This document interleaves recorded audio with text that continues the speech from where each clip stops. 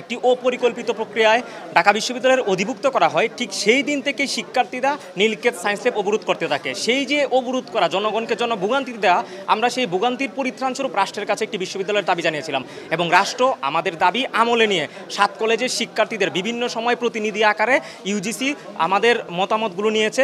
পাশাপাশি তারা বিভিন্ন মাধ্যমে তারা ক্যাম্পাসগুলো পরিদর্শন করেছে। পরিদর্শন করার পরে ফিজিবিলিটি চেক করে তারা আসলে একটি মডেল উপস্থাপন করেছে। এখন একটা মডেল যখন রাষ্ট্র উপস্থাপন করে, সেই মডেলের সংযোজন বিয়োজন থাকতেই পারে। সেই থাকার পক্ষে রাষ্ট্র একটি ইমেইলে সাধারণ শিক্ষার্থী সহ গোটা দেশের মানুষজনের আসলে মতামত আহ্বান করেছিল।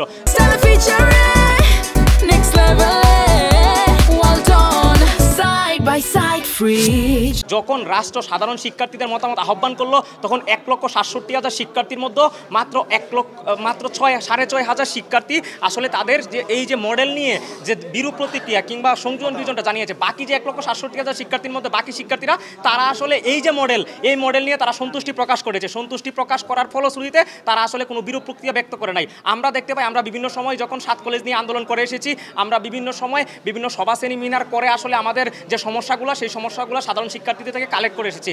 আজকে যখন মন্ত্রণালয়ে একটি অংশীজনদের নিয়ে সভা আহ্বান করা হয়েছিল, তখন আমাদের 7 কলেজের অধ্যক্ষ মহোদয়গণ বিভিন্ন কর্তৃপক্ষের সাথে আলোচনা না করে তাদের মতো করে একটি পক্ষকে আসলে মন্ত্রণালয়ে আহ্বান করেছিল। যখন আমরা মন্ত্রণালয়ে আমাদের এই অভিযোগটি জানাই, তখন মন্ত্রণালয় আমাদের অভিযোগ আমলে নিয়ে আমাদেরকে আসলে এখানে পাঠানোর সুযোগ করে দেওয়া ছিল।